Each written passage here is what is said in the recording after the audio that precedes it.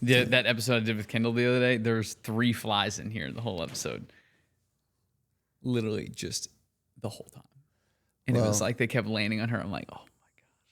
Yeah, it was, it's one of those things like. No, it's sick. It was we actually, there's a little bit of a gap in the garage, Mm-hmm. and I guess the flies were getting in through there. Yeah, because we actually started having a fly issue out there. Oh, really? Because there were so many daggone flies in here. Yeah. And they would leave the door open, and then we were getting the flies in. I guess because it was so hot. Well, did you do a mini split in here? How does this stay cool? We did not. We actually, the mechanicals are right behind you. Oh, nice. And so they literally, it's very ghetto. It feels fine. But they basically just, because they said, hey, we'll just put one vent in, and then we got one vent pulling out up here.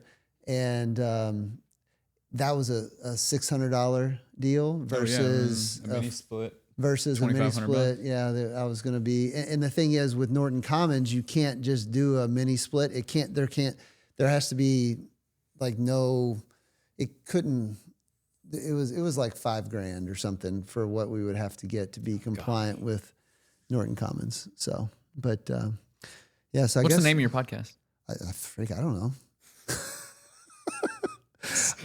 I'm serious. I really don't know. I've actually, one of the things like I told you, I'm trying to build the personal brand that will then kind of spill over into the rest of what I do. Because like I said, one of the most, difficult questions to answer for me is, well, Jason, what do you do? Because generally you're supposed to, if someone asks you that, you've got like a 30-second commercial, right? You've got your 30-second commercial prepared that you can tell them what you do in 30 seconds or less. And I just really don't have that. Elevator pitch, yes. Yes, I don't have a good elevator pitch. And with, I've got. You need an elevator pitch for like a 30-story building. You need like a 3-minute elevator. I need to get stuck in the elevator, actually. Yeah.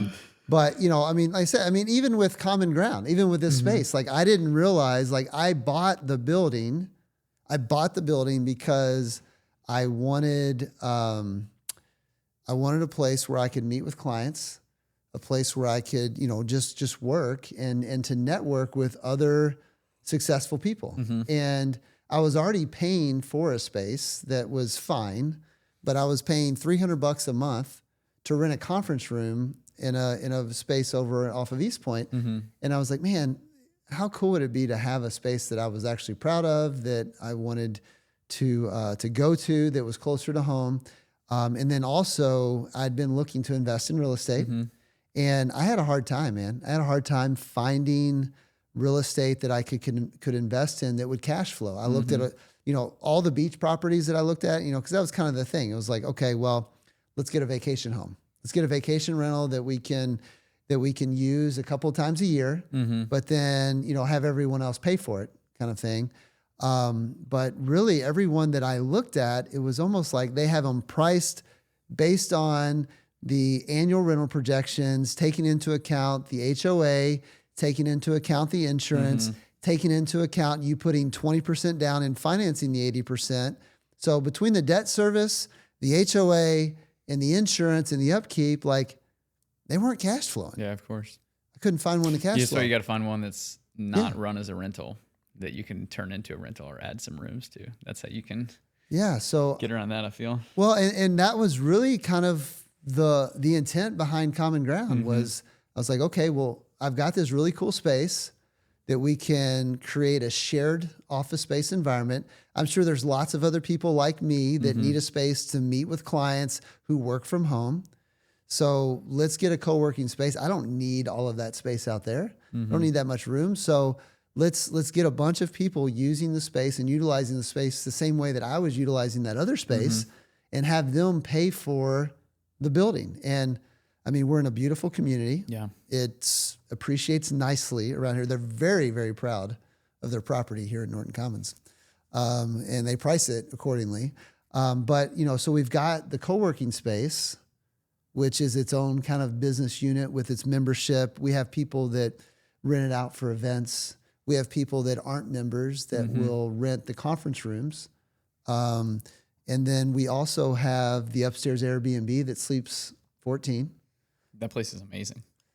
Yeah, so it was super cool. Is my first one, my first Airbnb, and I didn't realize, and I still don't fully understand this, but we had someone book Derby, and they had booked it at like rack rate because it became available, and like the day it became available, it got booked. And we're like, oh, well, so we tried to so we canceled the reservation. And I don't know if we got like if we fell down the list or what happened. But after we canceled that reservation, we didn't get any bookings. We didn't get any inquiries for months.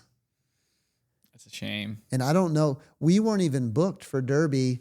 We weren't even booked for Derby this year. It was completely empty for Derby.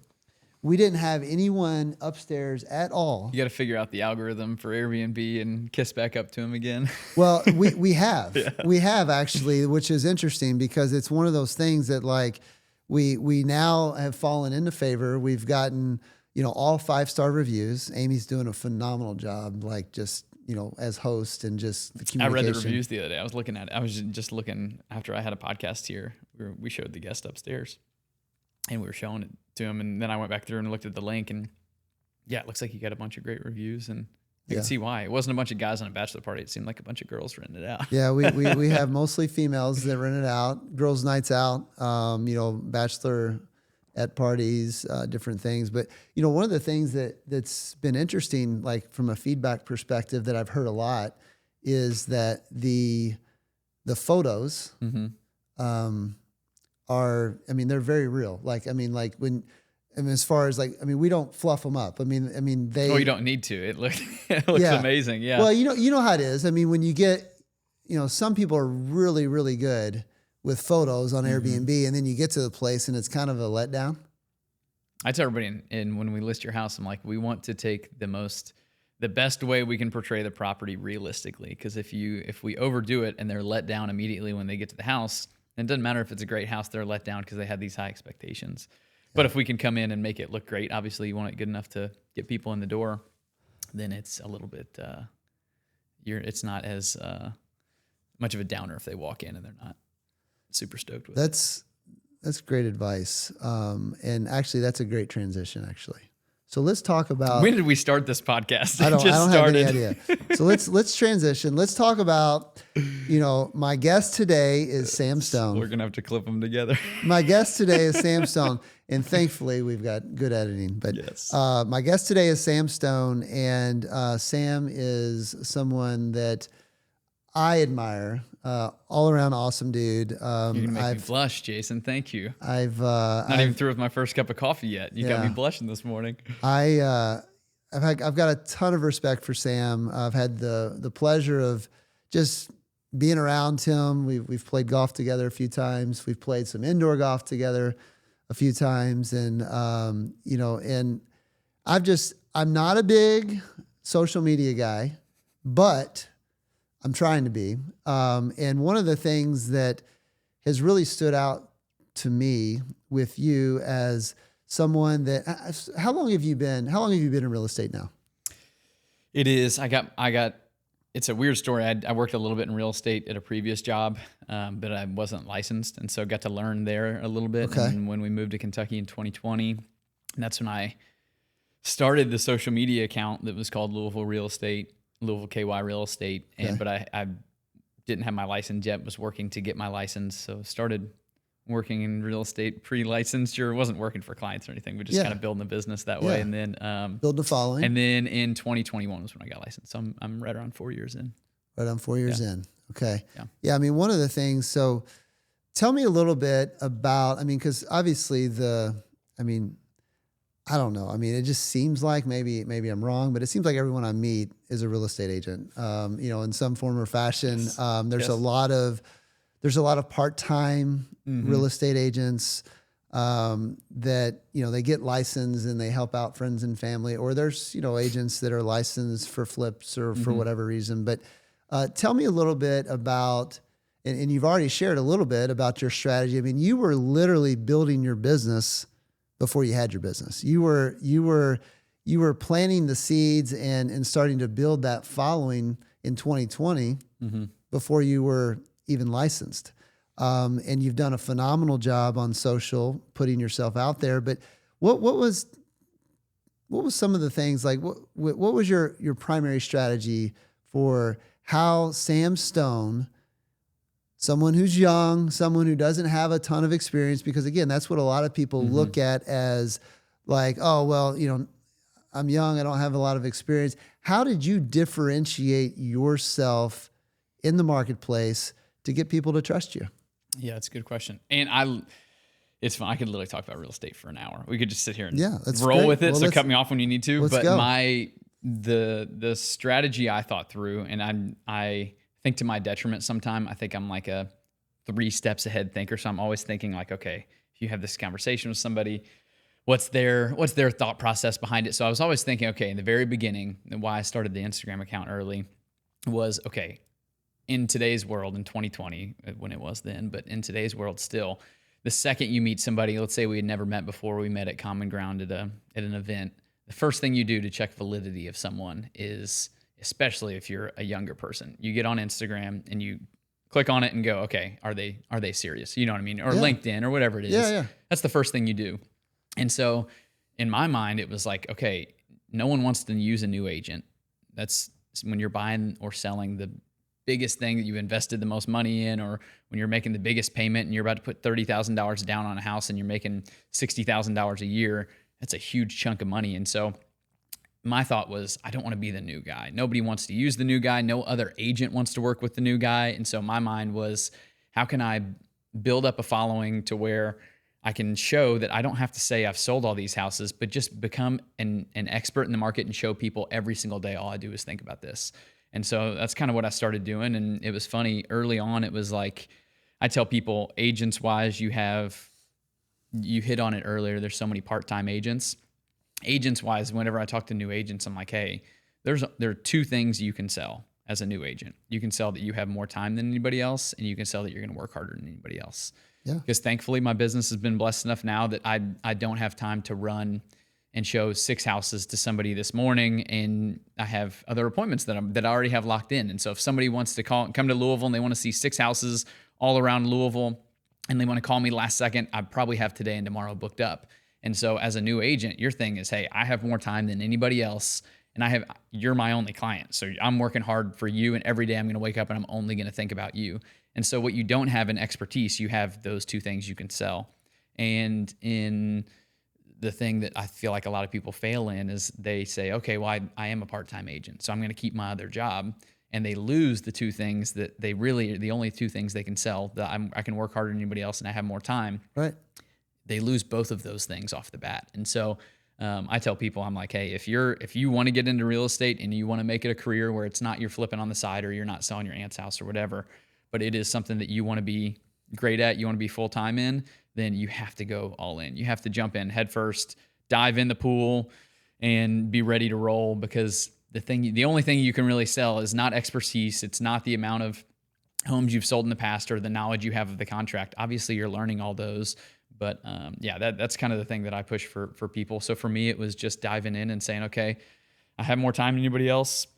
I'm going to work harder than anybody else, and I'm going to pick up my phone the second you call me. And it worked out pretty well, and got to build.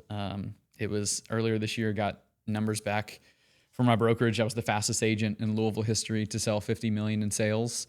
And so that's awesome, man. Yeah. So it was, inflation helps a little bit. So house prices are a little bit more now than they were when a lot of other great agents were starting. Don't discount it. But let's go. Yeah, it's been good. And it was cool to see specifically how social media can build a business. Yeah. And I have a network in Louisville, know a lot of people, but as you mentioned earlier, the average amount of agents people know is 12 to 13 agents. And so if you know 12 to 13 agents, in your mind, you want to call the one when Amy's sitting there in bed at night and it's like, oh, you know what? This house looks really cool. My goal is you've seen 2 or 3 of my videos that week. It might not be a house you want to buy. You've seen 2 or 3 of my videos that week. You've seen it's kept your attention. It wasn't just like, hey, welcome to this house. It's really good. and then you swipe through it. My goal is that you've seen a video, you've interacted, you thought it was funny, maybe it was a dumb video, but your thought is, I need to see this house. I know Sam works in this all day, every day, because I see him share all the stuff he does all day, every day. I know he's an expert in that area, and I know he's got the time for me, and that's kind of my goal. Well, I can confirm that Amy has showed me a few houses that you've posted in bed at night. There you go. I don't have cameras in your room, I promise. Yeah. No, I can confirm that has actually happened. And actually, one of the things that struck me, and when I see those posts is, and I think it's absolutely brilliant. But one of the things that I just assumed that, okay, this is Sam's listing, but it's not. It's someone else's. It's literally half and half. It's like. And so you always have to get permission to do it, but it's like yesterday I did one. An agent here in Norton Commons, an agent in my office was like, "Hey, this house is sat on the market a little bit. Would you go do a video of it?" Yeah, I did a video yesterday, and it's at 66,000 views on TikTok so far today. Yeah, with comments, just people destroying it in the comments, loving it in the comments. Yeah, and it's well, if you're bringing eyeballs to it. If you're an agent, and like I said, and you've got a stale listing, and I mean, I don't know that agent, but again, what I've seen from most agents is that they're not great on social. Oh, she was great. It was just like a respark. Just a respark. Yeah. Okay. Well, but yeah, that is the thing I tell people is I sit down with people. I sit down at somebody's house.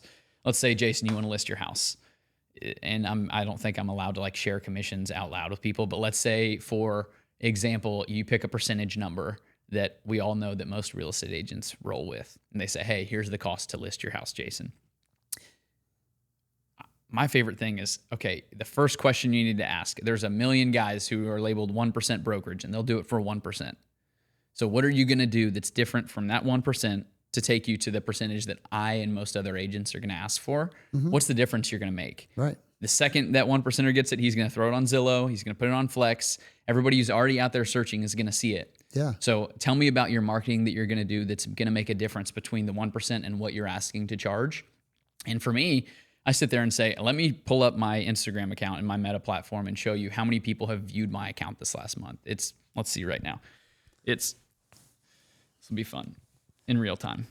Yeah. No, I think it's great. I mean, So 725,000 people have viewed the account in the last 30 days.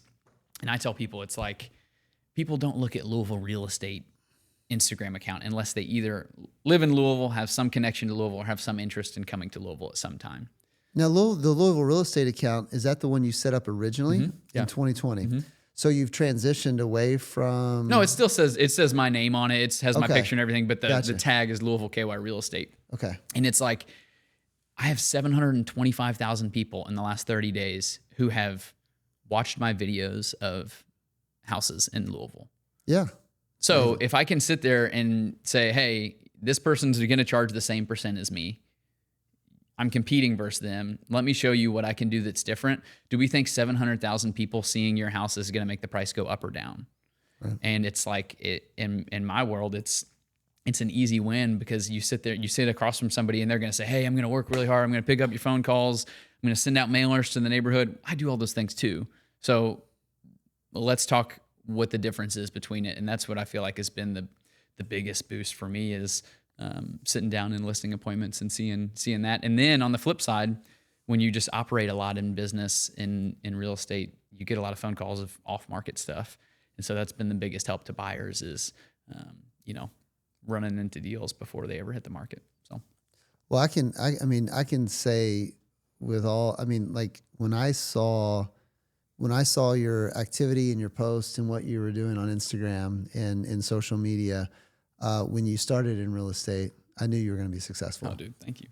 And the reason I knew that was because you were different.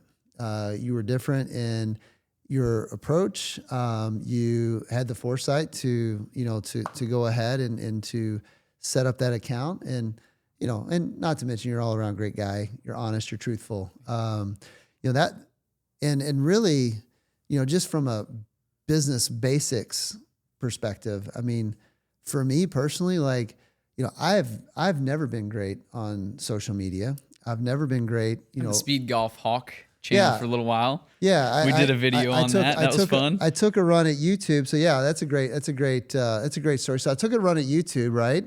And tried to start a YouTube channel, Speed Golf with Hawk. And I don't know how many thousands of dollars I spent, but it was a few. It was costing me about $300 an episode to get that out there because I didn't have time to video edit, nor did I have the knowledge to do video editing or anything like that. So yeah, so here I am plugging away, being pretty consistent in the content creation side of things. And I think I got to like 200 subscribers in a short amount of time, and then kind of like stalled out and ran out of steam. But, you know, I knew I was not going to be a success on YouTube. As soon as Knox started, my 9-year-old son at the time started a YouTube channel, and he was just posting, you know, just random stuff that I didn't even understand and didn't make sense to most people. And he quickly ramped up to like 600, 650 subscribers.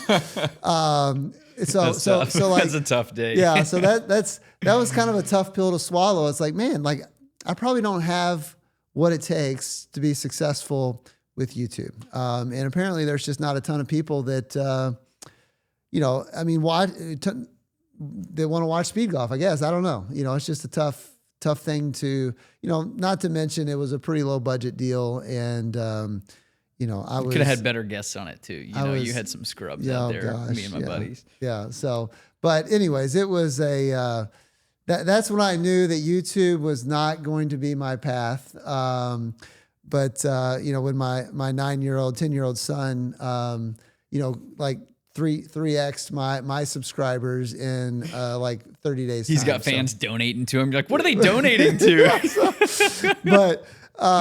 But I will say one of the things that, and I'm sure you've, you know, and maybe you can confirm this, but you know, one of the things that has worked out really, really well for me in business is just being someone that if you say you're going to do something, you actually do it. Mm-hmm.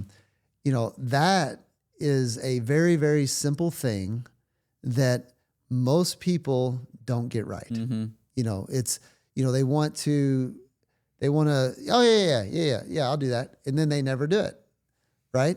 And so for me, that was one of the things, like, not great on social, but if I have a conversation with someone and I say I'm going to do something, I'm going to do everything in my power to make sure I get that done, because, you know, at the end of the day, that's a differentiator. Mm-hmm. Unfortunately, that's a differentiator in our culture. Is, you know, there's so many people out there that claim they'll do this or claim they'll do that, and they don't do it. And I think obviously the internet and the ability you can scale, there's so many pros to it. And we can sit here and there could be people watching from all over the world to watch this. But the problem is that with the ability to scale, you also have the ability to scale your promises that are made. Right. Where it used to be, okay, like I told that guy face to face I would do this. Well, it's like I got, I think, 3 calls this morning from random people I have no clue about on listings I have. One of them I'm going to show the house at noon today. And it's like, you know, there's no problem. If, let's say, this goes super long and I just decided to skip it, obviously I wouldn't do that, but there's not a ton of relational equity already built in that. And so it's a whole lot easier to skip something if you don't have relational equity or don't follow up with your promise. And I mean, frankly, I missed one yesterday. Last night, I was literally scrolling or going through my papers, and I keep just like a daily thing on what my goal is. And I missed one 2 days ago. I told a guy I'd have numbers to him on a house 2 days ago, and I missed it. And it just wrecked me last night. I'm like, oh my gosh, like I literally stayed up till 2 a.m. to get it done last night, because I was like, I told this guy he was going to have it. It was a day and a half later than what I said I would have it to him. But it just slipped my mind. It was the weekend. It was, you know how things go. But I was like, just wrecked me, because I'm like, oh, like I try to give specific dates to people almost for myself. Like if we sat here and I walked through your house today, I'd be like, hey, I'm going to have numbers to you either tonight or tomorrow. And then tomorrow night comes around, because I'm like, if I say just here soon, then it gives me the ability to be like, oh, you know, soon's a relative term. Yeah. So. Well, and that, I mean, that's a great point. I mean, as you scale and as you grow, making sure that you're not overcommitting yourself is something that's pretty difficult to do, you know. But at the same time, it's like, okay, well, if you're doing those little things, you're honoring your commitments, and you're differentiating yourself, and that's something that that has helped me a lot in business. But and you've helped me a ton in business as well as I use your tax company to help me with all my taxes, which has been a game changer. I'm trying to think. It's probably been 3 years. Maybe we just did our 3rd year of filings. Yeah, I don't know the exact time frame, but yes, I do. I remember the phone call. It's been very helpful. Yeah. And unbiased plug, I'm not getting paid for it, or maybe I should get some money off my next year's taxes. But it has been a massive help for my business, because here's my thing. I want to focus on real estate. That's all I do. Like I said earlier, wake up every day. That's all I think about. And so I do not need to be the one studying tax laws and all the different things. And Terry, and obviously you, have been a big help in helping me strategize as I build my business, right?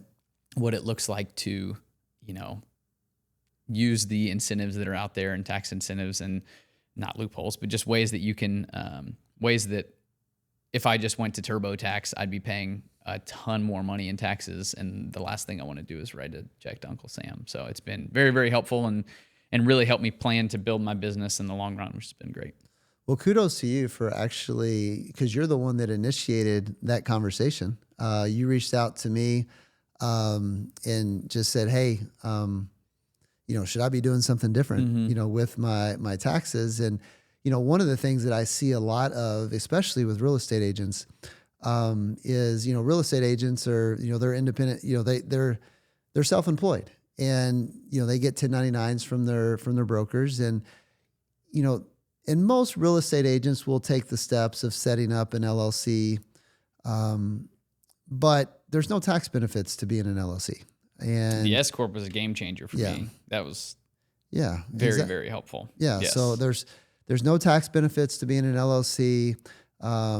You pay on 100% of your net income in an LLC. You pay an additional 15.3% in self-employment tax. And as you mentioned, with an S corporation, you have the flexibility to pay yourself not only in the form of salary and wages, but also with pass-through income and distributions through your company. And those distributions, the pass-through income is not subject to that additional 15.3%. So even if you're 50% salary, 50% distributions, you've just saved 15.3%.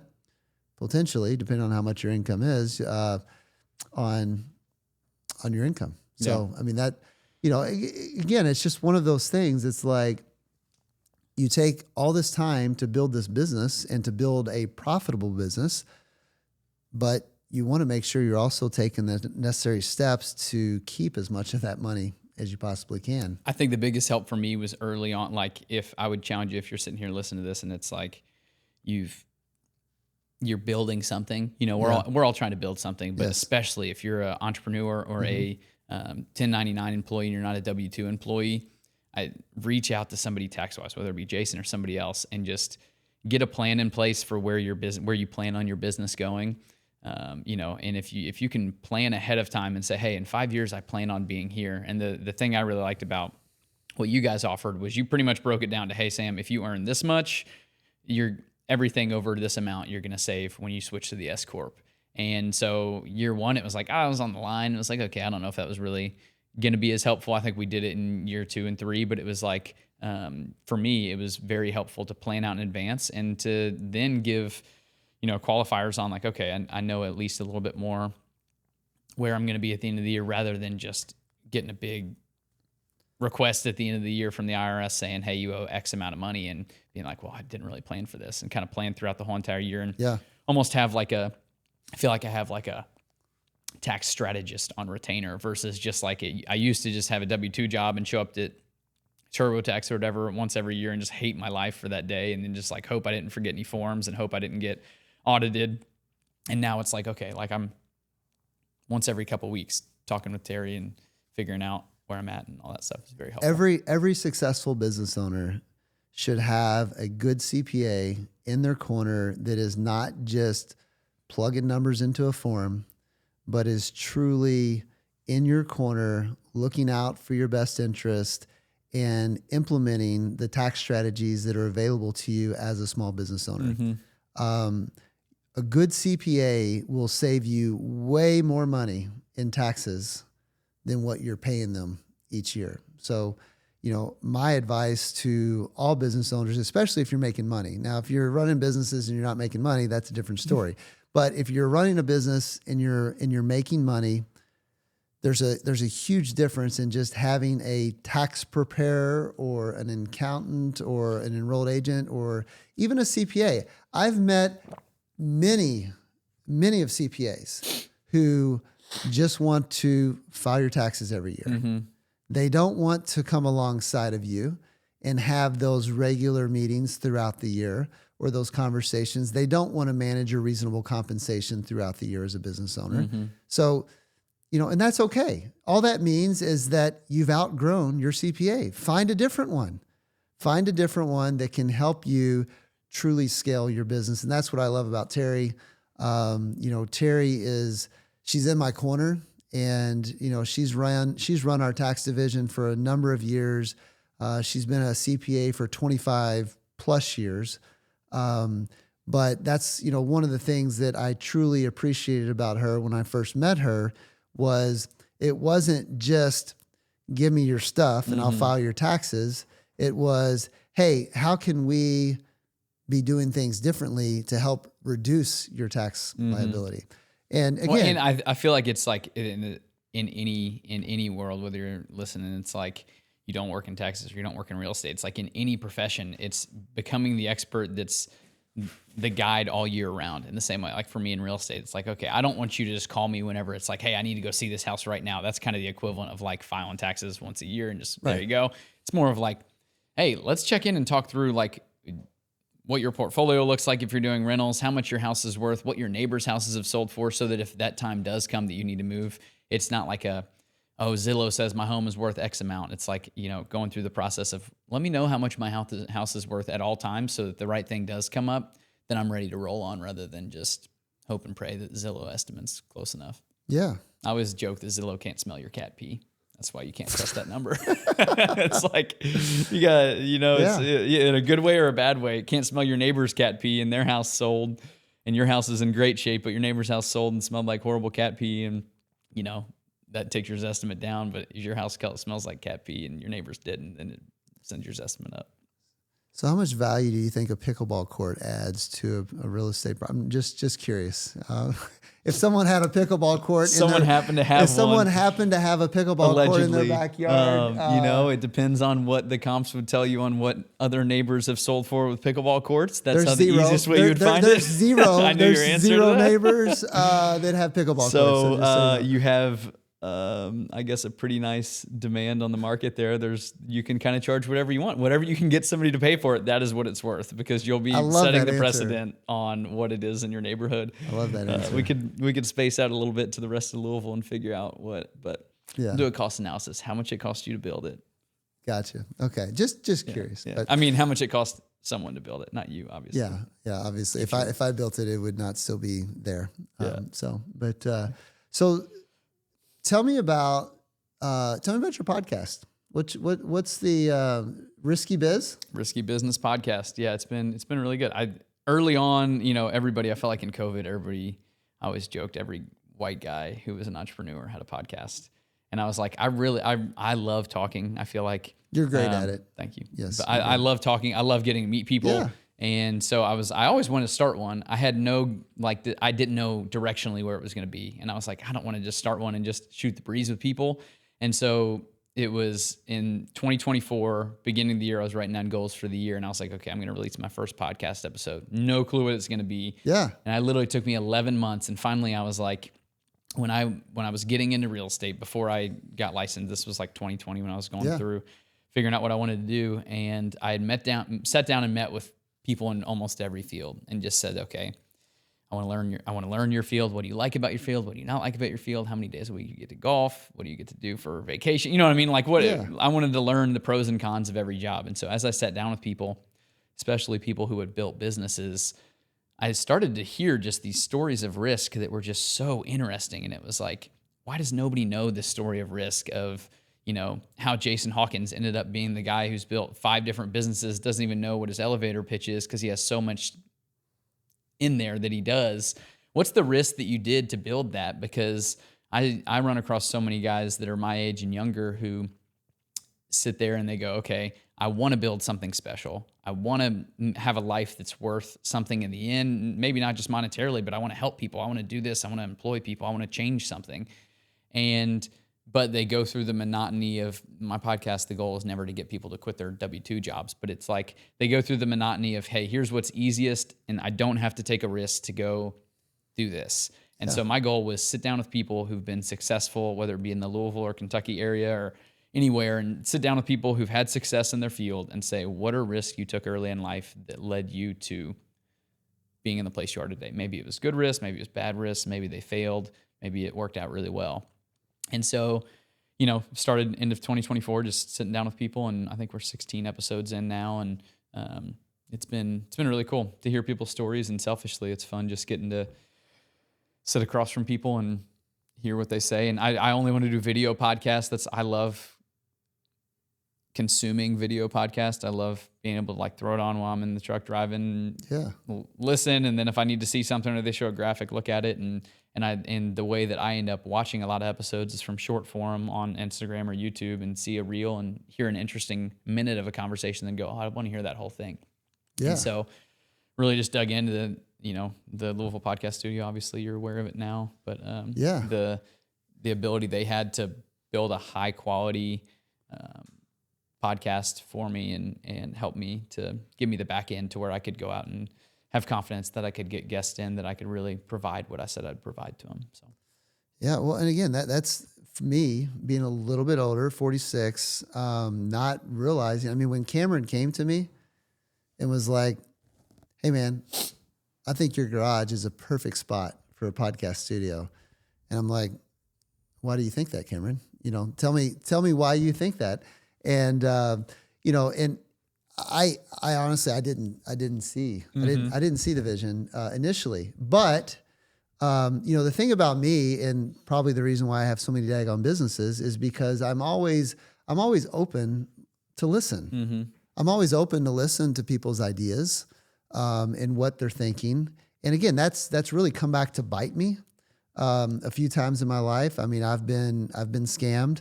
I've been involved in Ponzi schemes. I've been involved in a lot of different things that didn't work out well. But at the same time, I've also been involved in a lot of things that did pan out really well. And so for me, that's just having an open mind and being willing to listen to other people. And when you said that, one of the stories that came to mind for me was, I don't remember what year, I think it was 2000. Actually, I do remember it was 2016. I was at an IRS conference. I know that sounds just riveting, but I was at... You couldn't pay me to go to an IRS conference. I was at an IRS conference in Orlando, Florida, and I'm sitting down to have lunch with someone that I consider to be a fairly big prospect. At the time, I was selling professional tax software. And I sat down with this individual and I started talking to him. And I was telling him all the reasons why our software was great and why he should be doing business with us. And dude had zero interest in anything that I was talking about. And I could totally tell. I was like, he just didn't seem real high on his tax business. And so I just folded up my stuff, sat it down, and I said, well, obviously you're not very interested in anything what do you want to talk about? that I'm talking about right now. So tell me, why are you so disinterested in your tax business? Your tax business has been a good business for a number of years. And he said, well, Jason, he goes, I've really started focusing on trade lines and small dollar loans. I'm like, okay, trade line. I know what a small dollar loan is. What the heck is a trade line? And he explained to me that a trade line is something that reports on your credit profile that helps you build and boost your credit. And he said that there is a market out there for people that are trying to build and boost their credit, that don't have friends or family that can help them. And there's a marketplace where you can actually sell your trade line to other people. So you're helping other people and they're willing to pay you to do that, to help them boost their credit so that they can qualify for a loan. And I said, well, shoot. I said, I've got good credit. I've got trade lines. Can you use my trade line? Is what I told him. And this was in 2016. And so I started working with this one guy. I had one trade line. It was a Southwest rewards card. I had one trade line because I was traveling all the time and I was just racking up the points. And I said, I've got one good trade line. I said, can I work with you? So I started working with one company with my one trade line. And he was wearing me out. I mean, I was adding and removing people, and I was probably abusing it, which is ultimately why the bank at that time, the issuing banks, came back and said, hey, you're abusing this privilege. We're going to close your account. So I learned my lesson there. But nonetheless, he taught me about an industry that I had no idea even existed, had not a clue that there was an industry that existed for this. And, here we are now, 9 years later, and we've got a few hundred trade lines in inventory. We helped thousands of people improve and build their credit, all because of that one conversation where I was trying to sell a guy tax software. Yeah, of course. But I was open-minded enough to actually listen to him and to hear, just ask the question, what are you interested in? And similar, it kind of sounds like a similar vein to your podcast, Risky Biz. So Risky Business. So that's cool. The hats say Risky Biz. That's why you say Risky Biz. Yeah, Risky Biz. Says risky biz. The hat it's too long to put Risky Business on there upside down. So I got you. It was Risky Biz is the shortened version. But no, that's cool. Yeah. And so you're having a lot of fun with that. It's interesting also. I was at a wedding this past weekend with Carl. Cool. Yeah. And we were talking a little bit about podcasting. And he had mentioned that he's looking to start podcasting. And I think one of the guys that he had reached out, he's probably reached out to you, but I know he mentioned reaching out to your dad. Because your dad started a podcast? Yeah, his is, it's my fault. I moved the mic and then it No, it's fine. You're good. I got it. I've been messing with it.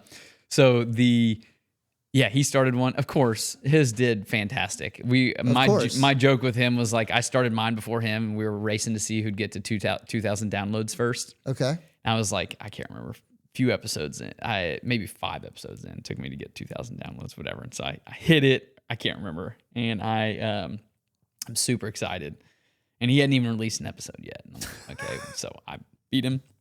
And then literally after episode 1, he's at 2,000 downloads. And then by like episode 3, he's in his is a podcast called Pastor to Pastor Podcast, which is... what is it? Pastor to Pastor Podcast. So his goal is to encourage and pour into pastors and ministry leaders. And so it was literally within episode 3, he had a top 100 faith and family podcast. I'm like, of course it was. So his is going great. He doesn't need our shout out. He's doing fine. Well, good. Well, yeah, then that doesn't surprise me. He's just an amazing guy. So, but one of the things that the bits of advice that Carl took away from your dad was that I think David said, well, you're not really into podcasting until you've got a couple of years under your belt. Something to that effect, that it takes time. Ever since 100 episodes. Yeah. Like you have to put out 100, however fast you can get to 100 episodes is when you, that was my thing with mine. I'm like, okay, I'm going to do 100 episodes. We'll see how long it takes to get there. I'd love to do one every 2 weeks. So that's, going to take me a couple years to get to 100. But in the end, it's like, you can't really gauge success on that until you've hit that. So, but I've had cool anecdotal stories of just got a message the other day from a lady who was like, sent me an audio message and she's like, lives in Florida. And she was like, long story short, am using your podcast as curriculum for my kids' homeschool. It's like, oh gosh, I don't know if you want that. But she was like, my son I interviewed a guy on there who started a business at age 9. Wow. And now he's very successful. And he's doing the same business. And so she was saying how that encouraged her kids, and it was pretty cool. So it's been really fun. Yeah, I mean, honestly, I think with social media and with the content that we have today, I mean, the potential to really transform the way kids are learning. And, I mean, one of the things, being in the financial space, one of the things that is really lacking in our schools is, financial education.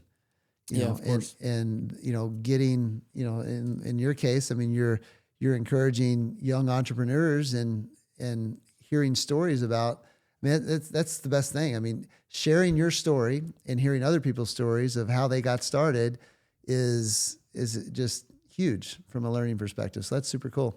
Yeah, it's been a lot of fun. I've been enjoying it, and it's fun to sit down with guests and learn from them, because it's like, I tell people, it's like, people always ask, like, how do you have time for that? How do you have time to do a whole, I'm like, luckily Cam and the guys take care of everything else. And for me, I sit down for an hour every couple of weeks, like I'm having coffee with somebody, and pick the people I want to have coffee with, and just happen to have a third person listening to our conversation. And that third person is a camera, and then we can use it and put it out there.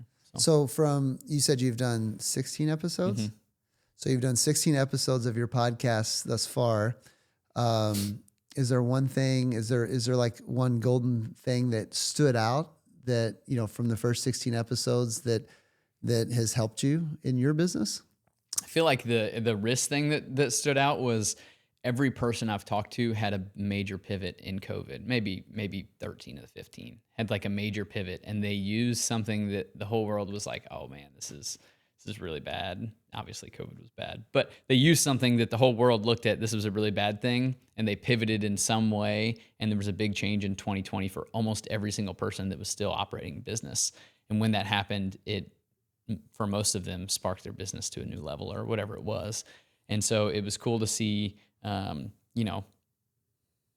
quote of, never waste an opportunity, of like, okay, this is an opportunity, and there might be companies that do go under because of COVID, or there might be new opportunities that open up because of the way that so many people are working remote now. I feel like for me, it's a whole lot easier to sell properties that are 30 minutes outside of Louisville, because people are willing to live 30 minutes outside of Louisville because they don't need to drive to the office every day. Yeah, and so it's pivoting in that way. And then the thing I would just say is that the main nugget that stuck out was the people who took risk earlier in life achieved success in whatever way they were trying to achieve success so much faster. And it was if anybody had a regret, it was, I wish I would have done it earlier. Or if anybody had a regret, it was like, man, I sat on my hands too long. Todd Earwood, who I know you know, Todd. Yeah. He said something really good on the podcast. He's like, if you don't look back at what the first rendition of your thing that you're putting out, and you're not embarrassed by it, then you waited too long to put it out. And it's like, it makes you sit there and go, okay, like when I look back on like my Instagram that I started before I even had my license, like, man, I wish I would have started real estate, started that even years earlier. And it's like, was I putting out great stuff in the beginning? I go back and watch the videos I put out in the very beginning. I'm like, oh, that was bad, which I'll probably say that in 5 years from now, looking at today's videos. But in the end, it got me rolling. And every single day I was just working on, okay, how can I make this better? What are people liking, and taking in information? Social media is the perfect, I saw a video the other day talking about how it's like, we're not even in the social media world anymore. There's no social. Like, it used to be like, you got on Facebook, you'd pick your friends that you wanted. You got on Facebook news feed, and every person you were friends with automatically, the second they posted, if you re-upped it 1 second ago, Jason put up this picture. Oh, that was cool. And I had to get on Facebook at the right time. That was true social media. My social circle, I choose who it is. Now it's not social media. It's literally like interest media. What are you interested in? That's what your algorithm is giving you. And even if we've been best friends for 10 years and we've been following each other on Instagram for 10 years, if my content I'm not putting out is good and it's just a picture of me, and this is getting a little bit into real estate, but every agent just sits there and posts a picture. Here's me and my clients closed on a home. This is great, which is awesome. And I know there's times for that, but do you think people sit there and go, oh, let me spend 15 seconds looking at this picture of this agent and their people at a closing? Now, unless like the guy's zipper's down accidentally, like, no, people aren't going to actually sit there and like look at it. And so you're telling Instagram, you're telling the social media platform, don't look at this. And the first 10 people who look at it scroll right past it. And it's not going to, and even though we've been best friends for 10 years and we've been friends on Instagram for 10 years, it's not going to be the top thing on your feed anymore. And so for me now, it's okay. The every bit of info I can get in is, it's not social media. It is interest media. How can I create? I have a video that'll drop tomorrow that's like real funny rendition of me walking in front of a house, like holding sourdough bread and like a baker's thing. And I'm like, my name, or people ask me all the time, Ronnie, like, how do you make your famous sourdough bread? And like, I always tell people, I'm like, you know what? Name's not even Ronnie, no clue how to make sourdough bread, throw it all off. And I'm like, but I do know how to sell a house. Let me show you this one. And then it goes to like the house I'm about to list. And if I'm just standing in front of the house, just, hey, let me tell you about this house. No, people scroll past it immediately. But if you do something that people are not expecting, it's that hook. Obviously, everybody talks about the hooks. It's like, that's what's fun for me, because then it's not just the 10 people that you've been friends with for 10 years that start watching the video. It's the 500 people who are in Louisville who, when Jason watches that video and you watch it back 2 times through, it tells Instagram, this video is good. Let's send it to more people. And it just snowballs on itself. And so my goal is always like, try to proactively think ahead. How can I do, and you have to be professional. So I'm not like, there's some people who get up there and just say the craziest stuff, like raunchy, and they bleep it all out. And it's like, you know what they're saying. I'm like, okay, like, that's not my brand business. And so I'm trying you try to walk a fine line of, I've probably crossed the line a couple of times, but you walk a fine line of, hey, what am I going to do that's going to get people's attention, that's also going to respect the house, respect the homeowners, but bring people into this house. And that's what the homeowners want, because I think we can get the most money for it. Yeah. A couple of things came to mind while you were talking there. And I remember the video that the Instagram where you were on a dock and you dove in and caught a fish. Oh yeah. That one wasn't a real estate one, but But again, I'm just thinking of like I would never think. Oh, you're talking, maybe it was the snake one. Oh, the snake. That's what it was. That's what it was. Yeah. It was a snake. It was. That one blew up. Yeah, and you came out with like a bloody nose or something. Yeah, I remember that. Yeah, I remember that. There was a snake. We were at a lake. It was like just swimming around all day, and there's all these people in the water. And luckily, I enjoy snakes and know what type of snakes things are. So I knew it wasn't venomous. And so I was like, the only way we're gonna get him is if like we had to do something crazy, because every time we'd go close to him, he'd just duck under. Yeah. And so I was like, watch this, and somebody pulled their phone out, and it ended up going on Barstool and all those things, and it was funny. That was a very. I ruptured my nose when I hit the water. Yeah, I hit just like that. Yeah. So I came up with everybody was so worried. I came up with the snake. He bit my hand, and then I came up with a bloody nose, and it was in water, so it was just gushing. Yeah. And everybody thought he bit me in the face, and I was like, no, it was just it was bad. That's well, I would never think to do that one, but the other thing, speaking, I think about, you mentioned taking risk in business, and I'm sitting here, and if you look around over your left shoulder there, you see a monitor leaned up against that thing. So 2.5 years ago, I was at a car wash, and ended up meeting a gentleman who was interested in my car. I'd just gotten a Tesla. Not that in 2022 Teslas were that new, but anyways, he was like, "Hey man, it's a cool car." And he comes over, he's like checking out my car. He's like, "Hey, can I look inside?" I'm like, "Yeah." So I'm vacuuming out my car, and this guy comes and sits in my car. This was right after the wreck, right? Your truck. Oh yeah, it was shortly after. I was like right behind you when that wreck happened. Do you remember that? I do remember that. We were on our way to. Were we on our way to play? We were going to play speed golf at Glen Oaks.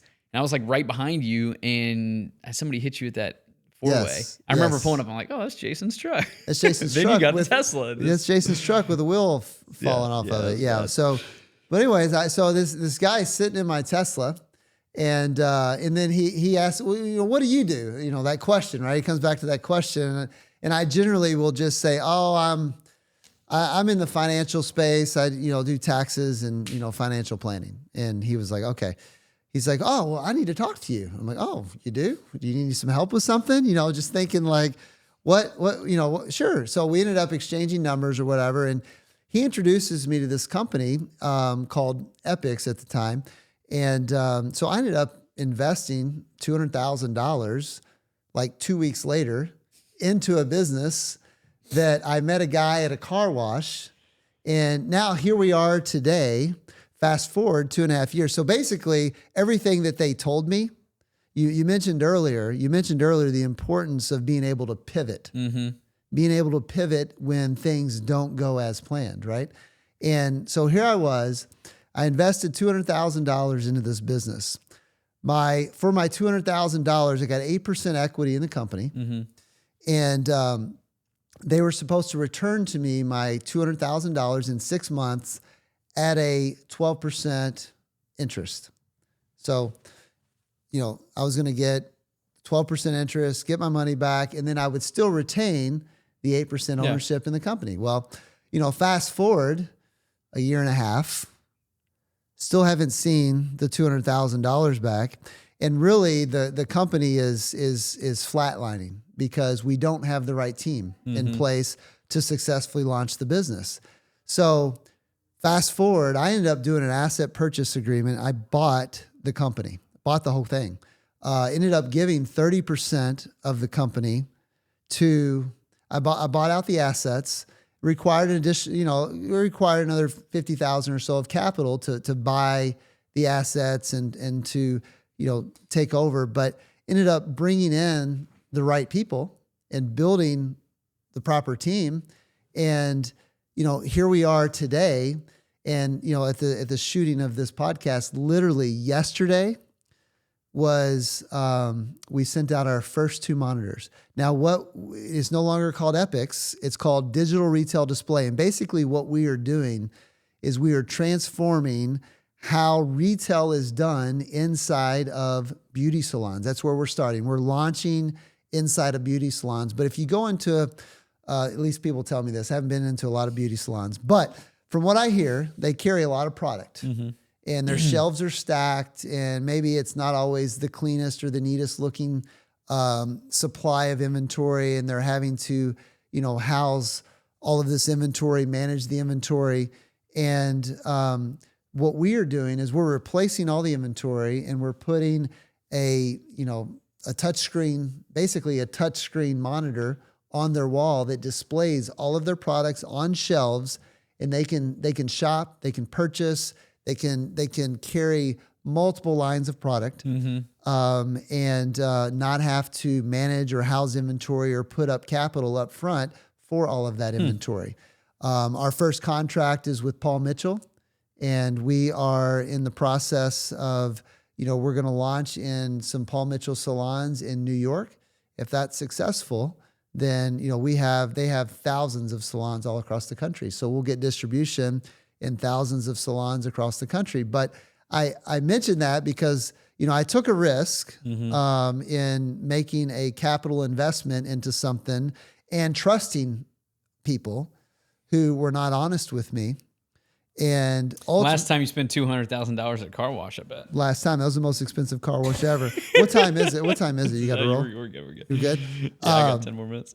Yeah, so anyways. The 200. So when it all is successful and you sell your company for $200 million, yes, write the book, The $200,000 Car Wash. Yes, please. Please. That would be. I'll write the forward. That would be awesome. But I just want 3% in order for that idea right perfect. there. That's for brokering the deal for you. Perfect.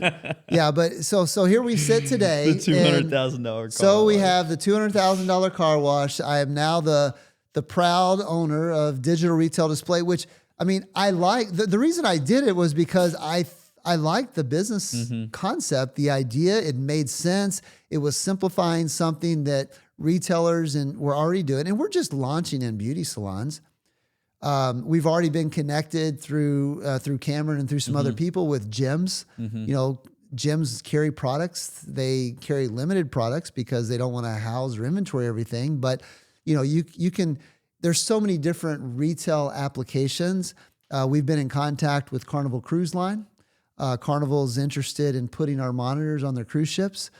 So there's so many different applications, whether it's inside of airport lounges, cruise ships, retail establishments, you name it. But anyways, I thought about. I think you hit the nail on the head when it's just like it's all about the people, and I feel like that's another thing I think I've learned from it is just like you can have the best idea, and if you don't have the right people in place, or if you're not the right person in place to run it, then it can fail, and you can have the worst idea with the right people, and it can still do pretty good. Yeah. Now, thankfully, I had found a developer, a CTO, chief technology officer. I'd found a developer who had just finished building my website for Tradeline Services, and that was, and I brought this to him and said, "Hey, look, I'm out $250,000 on this business." But here's the model. Here's the value proposition for these salons and these retail establishments in the travel space. I said, what do you think about this business? Is this something you could get excited about? And so I got him excited about the business first. And I said, okay, here's the deal. I can't pay you anything because I've spent all my money already. I can't afford to pay you, but if you're willing to team up with me on this, I'll give you 30% equity in the company. Nice. And if you see the vision for this, because again, you can't have a technology play or technology company or technology startup without a CTO. We did not have a CTO. When I invested my money originally, we didn't have the right team. We didn't have the developers in place to be able to finish the product. And so thankfully, Steve, my lead developer and the CTO and my business partner now with Digital Retail Display, has done a phenomenal job. I can't wait to get these monitors in multiple salons across the country. And there's opportunity there for selling product, but then also once you get distribution, there's opportunity for ad spend, to sell ad space because you've basically got a billboard in all these salons. But it made me think of that story, which sounds really dumb. The amount of eye rolls and the amount of people that I told that story to. You should probably sit on that story until the business does better. Don't release this. Yeah. Don't tell anyone about this because it's like, hey man, that book's going to be great. How's that investment going that you made in the with the guy at the car wash? The ticket for this episode of your podcast just needs to be the $200,000 car wash. $200,000 car wash. That's the description for this podcast. But that alone, but again, that's again having an open mind, but it was not only I had an open mind.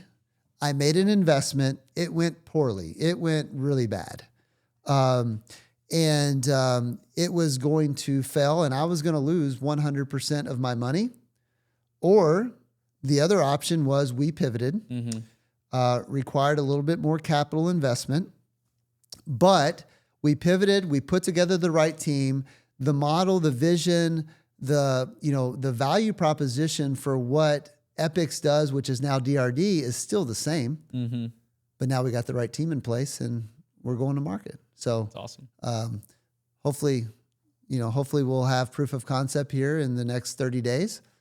And we'll start distribution. But so you got to roll. You got your I got to go to the bathroom. I've had like a coffee and full water bottle. But I got some appointments today. But thanks for letting me sit down. This has been fun. And is this your first episode? Yeah, I guess. I'm honored to be your first guest. Yes, well, I'm honored. I'm honored for you to be my first guest. You were the first person that came to mind when Cameron said, "Hey, you're shooting a podcast on August 6th. Who do you have in mind? Who can you have on your podcast?" And I was like, I'm calling Sam. So I appreciate you coming. I appreciate you. Thanks for doing it. I'm excited to see. I'm excited to listen in on